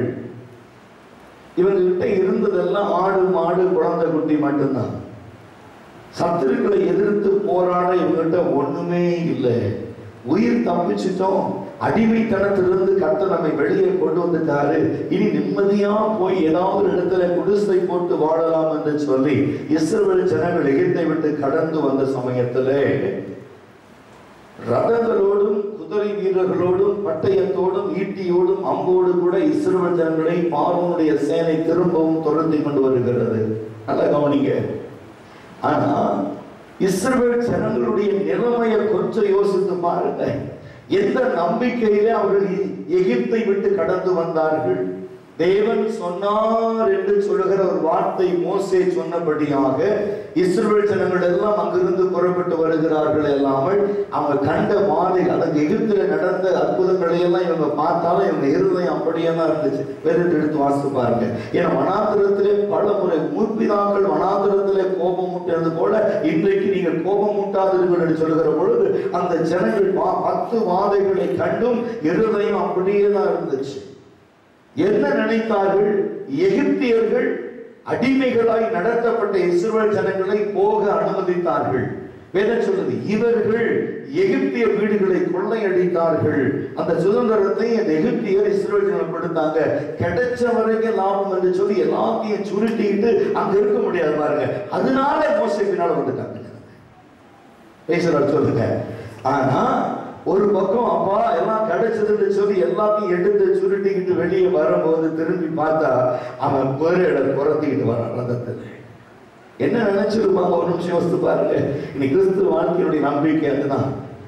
இவங்க சொன்னாங்க அவங்க சொன்னாங்கன்னு சபைக்கு வந்து உட்கார்ந்துக்கிட்டு நாங்கள் ஒரு ஆறுதலான ஒரு வார்த்தையை ஆவியானவர் சொல்லுகிறபடி வார்த்தையை சொன்னோன்னு அந்த நம்பிக்கையோடு நீ சபையை விட்டு வெளியே போகும்போது எவனாவது ஒரு குதிரையிலையோ ரதத்திலையோ நீ துரத்துகிறபடி நினைப்பீங்க, இந்த பாஸ்ட் 2 மணி நேரம் பிரசங்கம் பண்ணாரு, ரொம்ப ஆறுதலா இருந்துச்சு. ஆனா இப்ப வெளியே வந்தோடனே பிரச்சனை, வெளியே வந்தோடனே போராட்டம், வெளியே வந்தோடனே சத்துரு கரங்களை தூக்கி நிற்கிறார், என்ன செய்வோம் என்று சொல்லி அந்த நாட்களில் இஸ்ரவேல் ஜனங்கள் கணைகிறது போல நீ கலங்காதபடிக்கு அவர்களுக்கு என்ன சம்பவித்தது? இஸ்ரவேல் ஜனங்கள் மௌனமாய் இருந்தார்கள். அவர்களுக்கு கர்த்தர் யுத்தம் பண்ணினார். குதிரைகளையும் ரதங்களையும் வீரர்களையும் கர்த்தர் மடங்கடித்தார். அந்த பிணத்தை தாண்டி இஸ்ரவேல் ஜனங்கள் கடந்து போனார்கள். இன்றைக்கு உன் சத்துருக்கள் எல்லாம் மலைகளிலும் குகைகளிலும் கொன்றுகளிலும் ஒளிந்து கொள்ளும்படியாய் கர்த்தர் செய்ய போகிறார். நீ அவர்களை தாண்டி செல்வாய், அவர்களை தாண்டி செல்வாய். இது கர்த்தருடைய வார்த்தை. இந்த பண்டிகை காலங்களில் தேவனாகிய கர்த்தர் சொல்லுகிற ஒரே ஒரு வார்த்தை, நீ சத்துருக்களை மிதித்து அவனை தாண்டி கடந்து போவாய். கர்த்தர் உனக்கு யுத்தத்தில் ஜெயத்தை கொடுப்பார். அல்ல. கர்த்தர் ஒன்று பலத்த கிரியை செய்யும்படியாய், தம்முடைய பெரிதான கரத்துல உன்னை ஆசீர்வதிக்கும்படியாய், உன்னை அரவணைக்கும்படியாய் சொல்றாரு. இதுவரைக்கு நீ பார்த்த எகிப்தியனை பார்ப்பதில்லை. ஆமென். சொல்லுங்க, அதுதான் வார்த்தை. சொல்றாரு, இதுவரைக்கு நீ பார்த்த பாரு, அவன் உயரமாகவும் நீ அடிமையாகவும் இருந்த எகிப்தியனை நீ பார்த்ததில்லை. இஸ்ரவேல் ஜனங்களை பார்க்கணும்னு சொன்னா, ஐயா நீங்க போய் தேவனை வனாந்தரத்திலே உங்கள் தேவனாகிய கர்த்தரை ஆராதிக்கும் பொழுது எங்களுக்காகவும் வேண்டிக் கொள்ளுங்கள். அடிமையாய் அடிக்க கை ஓங்கினவன் இஸ்ரவேல் ஜனத்துடைய காலை விட்டு சொல்றான், எனக்காக ஜெபிப்பீங்களா? நீங்க ஞாயிற்றுக்கிழமை சபைக்கு போறீங்களே, எங்களுக்காக ஜெபிப்பீங்களா? இத்தனை காலம் உனக்கு யார் விருப்பமாக எழுப்பினார்களோ அந்த ஜனங்கள் சொல்லுவார்கள், நீங்கள் ஆராதிக்கிற தேவன் வல்லமையான தேவன், நீதியான தேவன், நியாயமான தேவன். உன் ஜெபத்திற்கு கர்த்தர் பதில் கொடுக்கிறார். உன்னுடைய எதிர்பார்ப்புகளை கர்த்தர் நிறைவேற்றுகிறார். ஆகினாலே எங்களுக்காய் நீங்கள் ஜெபியுங்கள். கர்த்தர் உங்கள் ஜெபத்தை கேட்டு எங்களையும் காப்பாற்றுவார். இந்த நிலைமை இந்த பட்டணத்திலே கர்த்தர் செய்ய போகிறார். உன்னை கொண்டு என்னை கொண்டு இந்த காரியம் செய்ய போகிறார். நீ செய்ய வேண்டிய ஒரே ஒரு காரியம் என்ன தெரியுமா? ஜீவன் உள்ள தேவனுக்கு ஆராதனை செய்யும்படியால் முழு இருதயத்தோடு, முழு ஆத்துமாவோடு, முழு பலத்தோடு தேவனில் அன்பு கூறு, சகல நன்மையாய் இருக்கும். ஹல்லேலூயா. இதுதான் தேவன் எதிர்பார்க்கிற ஒரு காரியம். இதுதான் தேவன் விரும்புகிற காரியம். இதைத்தான் கர்த்தர் செய்ய சொல்லுகிறார். இப்ப வாசித்து பாருங்க. Praise the Lord. எபிரேயர் 12ஆம் அதிகாரம் 26, 27 வாசித்து முடிக்கலாம். எபிரேயர் 12ஆம் அதிகாரம் 26, 27. எஸ். அவருடைய சத்தம் அப்பொழுது பூமியை அசைய பண்ணிட்டு, இன்னும் ஒரு தரம் நான் பூமியை மாத்திரமல்ல வானத்தையும் அசைய பண்ண போகிறேன். இது நீ தீர்க்க தரிசனமாய் கூட எடுத்துக்கொள்ளலாம். Praise the Lord. எந்த இடத்துல திரும்பினாலும் மரணம், அழிவு, என தேவன் அசைய பண்ண போகிறார். இன்னொரு விஷயம் தேவன் அசைய பண்ண போகிறார். Praise the Lord. என்ன சொல்லுகிறார்? Shook the earth according to Exodus 19 verses 18, Judges 5:5, Psalms 68 verses 8, Psalms 77 verses 18. Once again I will shake not only the earth but the heavens also. The author emphasized that all the creation will be shaken and removed at the judgment at the end of the age. ஒரு கடைசி கால நியாய தீர்ப்பை தேவன் வெளிப்படுத்த சித்தமாக இருக்கிறார். இத்தனை காலம் இருதய கடினத்தோடு ஒரு பொய்யான வாழ்க்கை வாழ்ந்து கொண்டிருப்பாயானால் நீ மனம் திரும்ப இது ஒரு சந்தர்ப்பத்தை கர்த்தர் கொடுக்கிறார். ஒரே ஒரு விஷயம், நீ ஒருவேளை உன் இருதயத்தில் இந்த வார்த்தை கிரியை செய்யுமானால், எல்லா ஜனங்களும் கண்ணை மூடி இருக்கிற பொழுது உன் இருதயத்தில் இந்த வார்த்தை தொடப்படுமானால், கிரியை செய்யப்படுமானால், ஒரே ஒரு தடவை எந்திரிச்சு, ஆண்டவரே என்னை மன்னிச்சிருங்க, உமக்கு பிள்ளையாய் நீ சொல்லுகிறதை நான் செய்ய என்னை அர்ப்பணிக்கிறேன் என்று ஒப்புக்கொடு. இப்ப கர்த்தர் கிரியை செய்வார். ஹல்லேலூயா. ஏன் தெரியுமா? இந்த கடைசி நாட்களிலே உங்களுக்கு விளக்கம் என்ன சொல்லி கொடுக்கிறேன். 1 கொரிந்தியர் 7ஆம் அதிகாரம் 31ஆம் வசனம். 1 கொரிந்தியர் 7ஆம் அதிகாரம் 31ஆம் வசனம். சீக்கிரமா எழுத வாசிங்க. தகாத விதமாய் அனுபவியாமல் உலகத்தின் வேஷம் கடந்து போகிறது. 31 ரொம்ப தெளிவா சொல்றாரு பாருங்க. இங்க ஏன் இதை சொல்லி தர உங்களுக்கு கேட்டீங்கன்னா, those who use the thing of the world should not become attached to them, for this world as we know it will soon pass away. இந்த உலகம், நீ உலகத்துக்கு ஒத்த வேஷம் தரித்து உலகம் சொல்லிக் கொடுக்கிறபடி நீ வாழ்வாயானால், நீங்கள் பார்க்கிற இந்த உலகம் சீக்கிரமாய் அழிந்து போக போகிறது, மறைந்து போக போகிறது. இதற்கு நிச்சயமான அடையாளத்தை தேவன் உனக்கு வெளிப்படுத்தி கொண்டிருக்கிறார். ஏன்னா everything belongs to Christ. அப்படி ஆகும். எல்லாம் கிறிஸ்துவுடைமையாக போகிறது. அது என்ன வேதத்தில் சொல்றாரு? To many modern readers in New Testament seems to be priority and extreme view of the Christian life. Believers are called to forfeit their rights, suffer and even die for the sake of Christ. According to Mark chapter 8 verse 34 to 36, they are turned away from the things, the world that everybody else lives for. இன்னைக்கு வாழ்ந்து கொண்டிருக்கிற வாழ்க்கை ஒரு சபை என்று சொன்னால் இந்த சபை உலகத்திற்கு ஏற்ற ஒரு வேஷம் தெரிந்ததாய் இந்த உலகத்தினுடைய சபை காணப்படுகிறது. ஒரு பாஸ்டர் சொன்னாரு, அவன் பையன் ரெண்டு தடவை நம்ம சபைக்கு வந்திருந்தார். இந்த பாஸ்டர் உடனே ஒன்று சொன்னார், ஐயா என்னுடைய பையனை அனுப்புறேன், உங்க வொர்ஷிப் ஸ்டைல சொல்லி கொடுங்க, ட்ரம் அடிக்கிற பசங்களை ரெண்டு வாரம் என் சபைக்கு அனுப்புங்க அப்படின்னு. நான் உடனே ஒன்று சொன்னேன், ஆவியானவர் கிரியை செய்கிறது என்னுடைய தாளந்தலோ அல்லது பள்ளிகள் வாசிக்கிற இசைக்கருவிகள் அல்ல, உண்மையாய் நீ தேவனை ஆராதிச்சு பாருங்க, கர்த்தர் கிரியை செய்வார். ஆராதனை என்பது ஏதோ ஒரு மனுஷீக தன்மை வெளிப்படுவதல்ல. அது பெருமனசத்தை ஆராதிச்சாலும் ஆவியானவர் மனசு வச்சாதான் இங்க கிரியை நடக்கும். ஆமென் சொல்லுங்க, சொல்லுங்க. அப்போ யார் பாடுகிறார்கள் என்பது முக்கியம் அல்ல, யார் பிரசங்கிக்கிறார்கள் என்பது, எதை பிரசங்கிக்கிறார்கள், யாரை பாடுகிறார்கள் தான் முக்கியம். அதைத்தான் தேவன் விரும்புகிறார். அவருடைய நாம மகிமைக்காக நாம் எதை செய்தாலும் அப்பா கண்டிப்பா மகிமைப்படுவார். எதை அதான் வேதத்தை வாசித்து பாருங்க, எதை செய்தாலும் மனுஷருக்கு என்று செய்யாமல் தேவனுக்கு என்று மனப்பூர்வமா செய்ய தேவன் அதில் பிரியமா இருக்கிறார். நீங்க சபைக்கு கிளம்பும் போது உடனே கேளுங்க, அப்பா உங்களுக்கு எதுப்பா பிடிக்கும், என்ன பிடிக்கும்? பிள்ளைகள் நம்ம பேச்ச கேட்கல நம்ம கோபம் வருதுல்ல, பிள்ளைகள் நம்ம பேச்ச கேட்கலாம் கோபம் வருதுல்ல. ஏசப்பா அவருடைய பிள்ளைகள் தானே நம்ம, அவர் விரும்புறத நம்ம செய்யலாம், அவர் கோபம் வராதா? காலையில் ஆராதனை வரதுக்கு முன்னால அவருக்கு என்ன பிடிக்கும், அவர் எதை விரும்புகிறார், எதை சொல்லுகிறார், எதை கட்டளையாக நம்ம நியமிக்கிறோம், அவைகளை தான் நம்ம யோசிக்கணுமே. இல்லாம இது மனுஷங்களுக்கு பிடிக்குமா? ஒரு முறை ஒரு பெரிய ஐஸ்வர்யவான் நம்ம சபை ஆராதனைக்கு வர விரும்பினார். அவர் சொன்னார் என்கிட்ட, 10:30 to 12:30 என்னால் உட்கார முடியாது, ஒன்று பண்ணுங்க, சபை ஆராதனைய 1 மணி நேரம் வச்சுருங்க, 10:30 ஸ்டார்ட் பண்ணி 11:30 முடிச்சிருங்க, நான் வந்து கலந்து கொள்ளுகிறேன். நான் உடனே ஒன்று சொன்னேன், உன்னுடைய ஐஸ்வர்யம் உன்னோடு நாசமாய் போகட்டும். ஒரே வார்த்தை. ஒரு மனுஷனுக்காக சபை ஆராதனையே மாற்றணும் அப்படின்னா வானத்தையும் பூமியும் உண்டாக்கின தேவனுக்கு நான் என்ன கணக்கு கொடுக்க முடியும்? மனுஷனுக்காக ஆராதனையை மாற்றக்கூடாது, ஆராதனைக்காக மனுஷனை மாற்றிக்கொள்ள வேண்டும். நீ ஜனங்க வந்து 2 மணி நேரம் ஒரு சபையில உட்காருவதற்கு கஷ்டம் அப்படின்னா ஐசியூல போட்ட எவ்வளவு நேரம் இருப்பேன்? எவ்வளவு நேரம் இருக்கும் ஐசியூல? யோசிச்சு பாருங்க.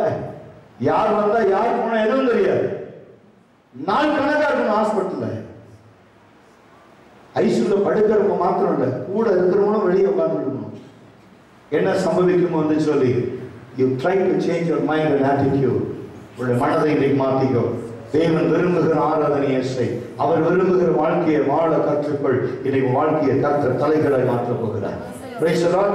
எடுத்து ஒருத்தர் எனக்காக வாசிங்க. 7ஆம் அதிகாரம் 31ஆம் வசனத்தை எனக்காக ஒருத்தர் வாசிங்க. 1 கொரிந்தியர் 7ஆம் அதிகாரம் 31. இந்த உலகத்தை அனுபவிக்கிறவர்கள் அதை என்ன சொல்றாங்க? தகாத விதமாய் அனுபவிக்கிறபடியினால் இந்த உலகத்தினுடைய வேஷம் சீக்கிரமாய் கடந்து போகும். இதுல வந்து நீங்க எப்படி வாசிக்கணும் டைட்டில் அப்படின்னா 29 முதல் 31 வரைக்கும் நீங்க வீட்டுல போய் வாசித்து பாருங்க. நான் சொல்லி கொடுக்கிறேன். Second, because the end is near, Christian out, not let marriage and the things of the world be their dominion concern. Their primary concern should be Christ and eternity. கிறிஸ்துவும் நித்தியமும். இதுதாங்க நமக்கு தேவன் நியமிக்கப்பட்டிருக்கிறார். உலகத்தினுடைய வேஷம் சீக்கிரமாய் கலைந்து போகும். ஆனால் நமக்கு தேவன் கொடுக்கிற காரியம் கிறிஸ்டியானிட்டி அண்ட் எட்டர்னிட்டி, கிறிஸ்தவமும் நித்தியமும். சொல்லுவீங்களா? எனக்கு நிலையான ஒரு நகரம் இங்கே இல்லை, வரப்போகிறதை நாடி செல்ல போகிறேன். அதுதான் எனக்கு உண்மையான சந்தோஷம், உண்மையான மகிழ்ச்சி. அதுதான் ஒரு ஊழியக்காரர் நடந்த சம்பவத்தை நான் சொல்ல ஆசைப்படுகிறேன். ஒரு புஸ்தகத்தை நான் படித்துக் கொண்டிருந்தேன். புஸ்தகத்திலே ஊழியக்காரர் ஒரு மிகுந்த உபத்திரவத்திலும் பாடுகளிலும் அவமானத்திலும் வாழ்ந்து கொண்டு வந்தார். இந்த ஊழியக்காரர் வாழ்க்கையில சந்தோஷமே இல்லை. சின்ன சபை பாருங்க, சபையில வருமானம் இல்லை. ஆனா வர்ற ஜனங்கள்லாம் அவங்க ஏழை ஜனங்களா இருந்தாங்க. இந்த சபையுடைய போதகர் சபை முடிந்த பிறகு வருகிற காணிக்கைகளை எண்ணி அந்த காணிக்கையில கொஞ்சம் அரிசி பருப்பு வாங்கிட்டு வந்து அந்த சபையில மூளையில உட்கார்ந்து சமைச்சு இந்த சபையுடைய விசுவாசிகள் பசியோட ஒரு விசுவாசிகளுக்கு உட்கார வச்சு அதை பங்கிட்டு சாப்பிடுவார். தன் மனைவி பிள்ளைகளோட உட்கார்ந்து அந்த ஆராதனை முடிந்த பிறகு அந்த காசை எடுத்துட்டு போயிட்டு அந்த காணிக்கைகளிலே உணவு சமைச்சு கொடுப்பாரு. எல்லாம் ஒருத்தர் காயை வெட்டுவாங்க, ஒருத்தர் அரிசி களைவாங்க, ஒருத்தர் தன்னை விறகு எடுத்துட்டு வந்து அழுகு பற்ற வைப்பாங்க, அரிசியை போடுவாங்க, ஏதோ ஒரு காயை போடுவாங்க, பங்கி சாப்பிட்டுட்டு பாஸ்டரையா வரையாப்பாங்க, பாஸ்டர் அனுப்பிடுவார். அந்த வாரம் முழுவதும் அவங்களுக்கு ஒன்றும் கிடையாது. வாரமெல்லாம் பட்டு ஞாயிற்றுக்கிழமை ஜனங்க வந்து காணிக்கை கொடுத்ததான். ஆனா காணிக்கை கொடுக்கிற ஜனங்க யாருன்னா கூலி வேலை செய்கிறார்கள். ரொம்ப நெருக்கத்துல வேதனையில அந்த சபை நடந்து கொண்டிருந்தது. எப்பொழுதுமே இந்த பாஸ்டர் பிரசங்கிக்கும் போதும் சரி, பாடும் பொழுதும் சரி, ஜனங்களோடு பேசும் பொழுதும் சரி, ஒரு சந்தோஷம் காணப்படும். அதற்கு பிறகு திரும்பவும் ஒரு வேதனை ஆட்கொள்ளும். நாளைக்கு என்ன செய்வோம், அடுத்த நாளைக்கு என்ன செய்வோம், ஐயோ என் பிள்ளைக்கு என்ன செய்வேன். ஒரு முறை தன் பிள்ளைக்கு பிறந்த நாள் வந்த பொழுது இந்த பிள்ளை சொன்னா, அப்பா எனக்கு ஒரு கேக் வாங்கி வெட்டுங்க, ஒரு புது துணி வாங்கி கொடுங்கன்னு சொல்லி பையன் கேட்கும் போது இந்த பாஸ்டர் தேவ சமுதிரை கலங்கி கண்ணீர் வடித்தார். ஐயோ இந்த பிள்ளைக்கு வாங்கி கொடுக்க ஒன்றுமில்லையே, மற்றவர்கள் கொண்டாடுகிறபடி என் பிள்ளை பிறந்த நாளை காண முடியவில்லையே என்று சொல்லி துக்கத்திலே அழுது கொண்டிருக்கிறார். முகத்தில் எப்பொழுதும் சோகம், எப்பொழுதும் சோகம், எப்பொழுதும் வேதனை தான். ஒரு முறை அவருடைய கடைசி நாட்களில் அந்த பிள்ளைகள் எல்லாம் பெரிதாகிவிட்டார்கள். இந்த பாஸ்டருடைய வேலையை அந்த பெரிய பையன் எடுக்க பொறுப்பெடுத்துக் கொண்டார்.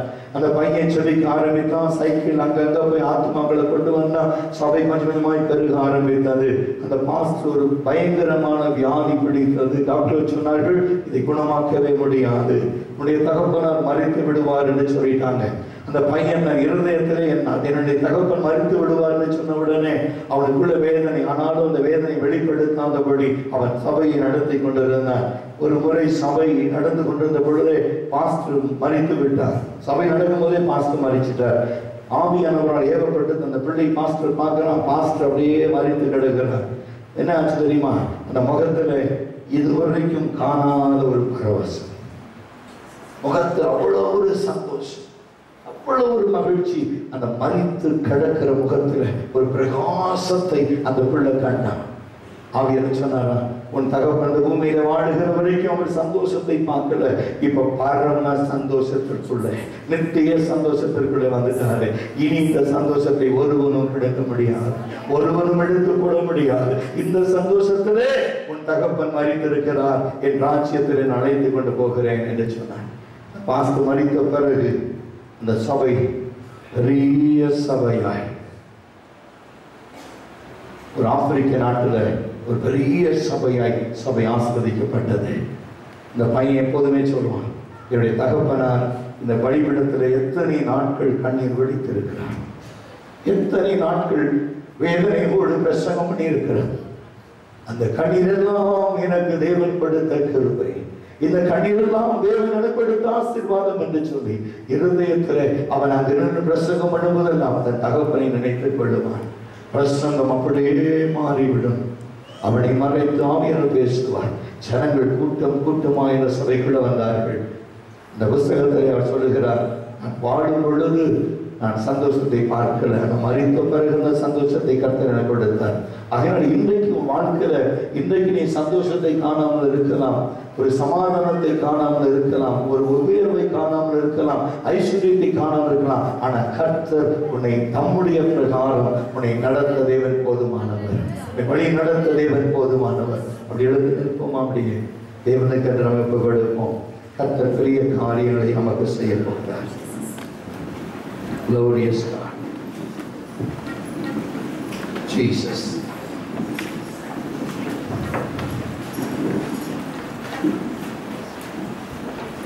ஒப்புக்கொடுப்போமா? ஐயம் நீர்ந்ததோர் காலத்தில் ஆவி குறை வாழ்ந்தான் மீட்பருளீர வேளத்தான் சத்துருவை வென்று என் பயம் யாவும் நீங்கிற்று இயேசுவை தூக்கினார் முற்றும் என் உள்ளம் மாறிற்று இயேசுவை காக்க